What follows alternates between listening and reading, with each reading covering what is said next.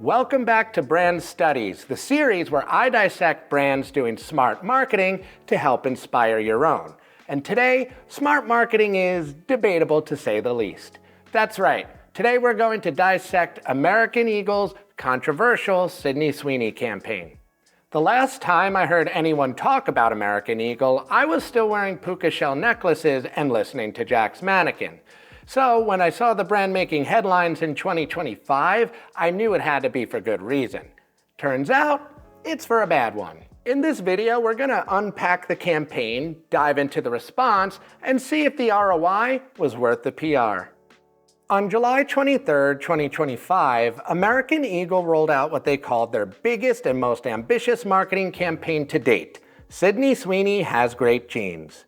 The campaign aimed to hype their denim line by playing on a pun that swapped jeans, as in DNA, for jeans like the pants.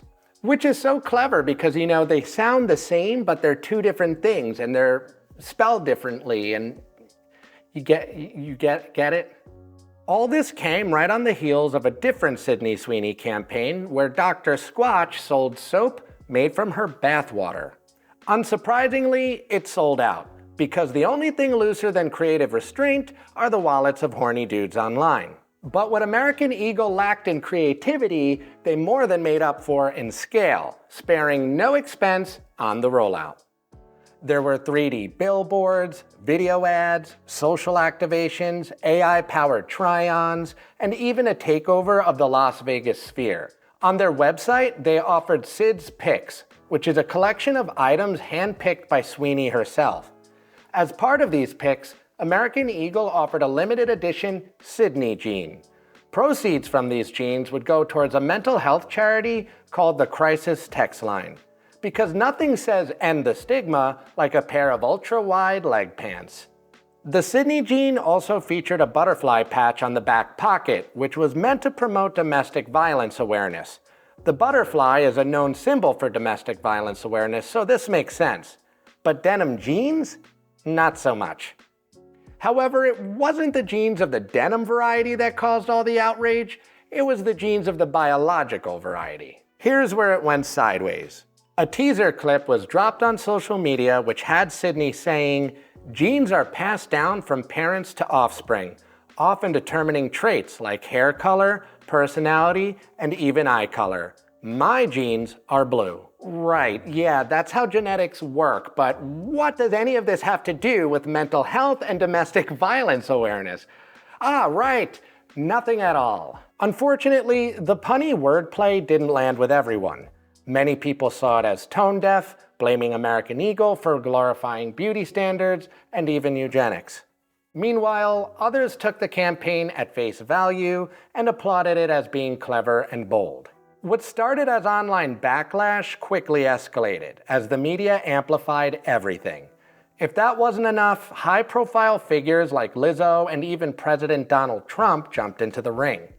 Rather than respond immediately, American Eagle decided to stay silent for more than a week before issuing a statement on August 1st. In their statement, they said, "Sydney Sweeney Has Great Jeans is and always was about the jeans.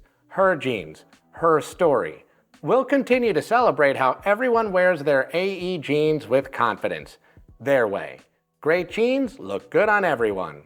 While American Eagle decided it was going to stick to its guns, it went ahead and pulled the video clip that sparked the outrage. It also began rolling out photos featuring models of different ethnicities, which actually drew more ire from audiences claiming that the brand was just trying to save face.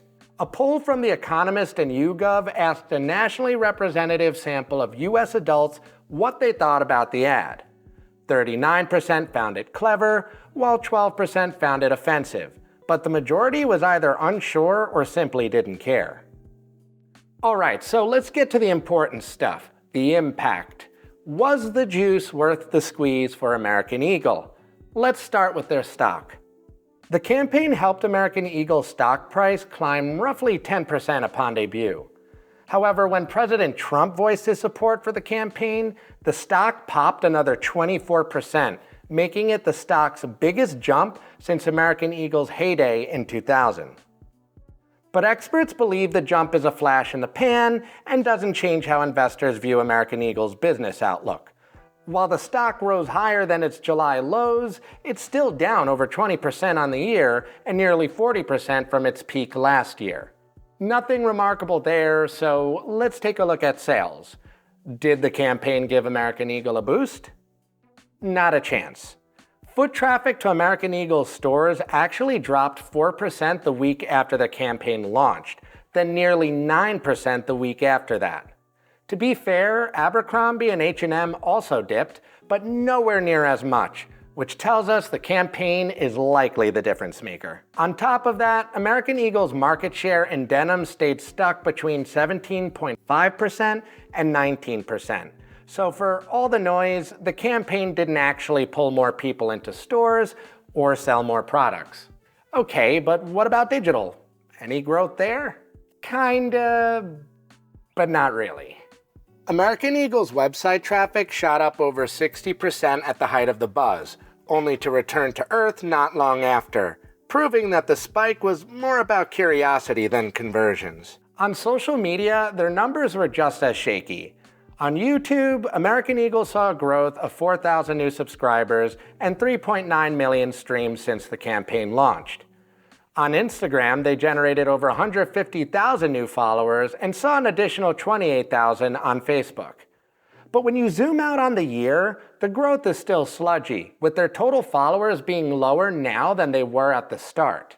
While the juice wasn't worth the squeeze, that doesn't mean that there aren't some hard-learned lessons for marketers here. Lesson number 1. If it's not clear, it's not clever. Let's be honest, the whole jeans pun never meant anything. Someone just thought it sounded clever. It's like if Mobil ran a campaign saying, "We give you gas, double the entendre, zero the impact." Look, it's nice that American Eagle wanted to support mental health and domestic violence awareness, but this campaign's theme had no clear connection to either thing. While American Eagle rolled out some exciting activations to support the campaign, it wasn't enough to save a weak idea. Lesson number 2. Brands might own the creative, but they don't own the narrative. We live in a hyper-connected world where opinions spread fast. So brands need to be really mindful and anticipate the ways that their messages can be interpreted. But you want to do this at the drawing board, not at the launch pad. This doesn't mean that marketers should stick to vanilla ideas and avoid taking risks, because let's be honest, you can't please everyone.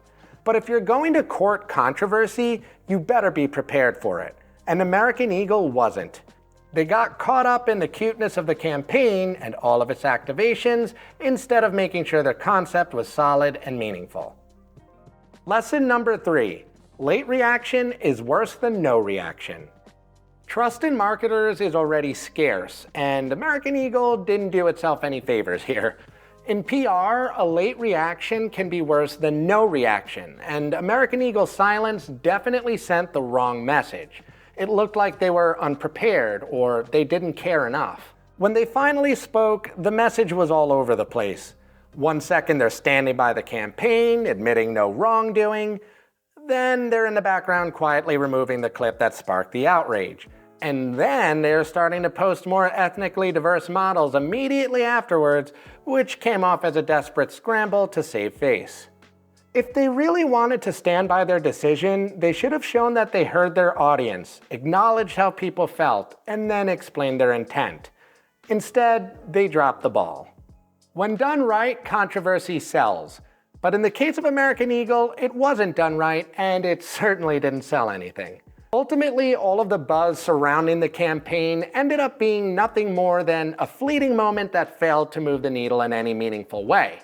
Let's just hope that other marketers can learn from their mistakes. As always, thank you guys so much for watching. If there's a company that you'd like to see me cover in my next brand study, let me know in the comments. Until then, see you next time.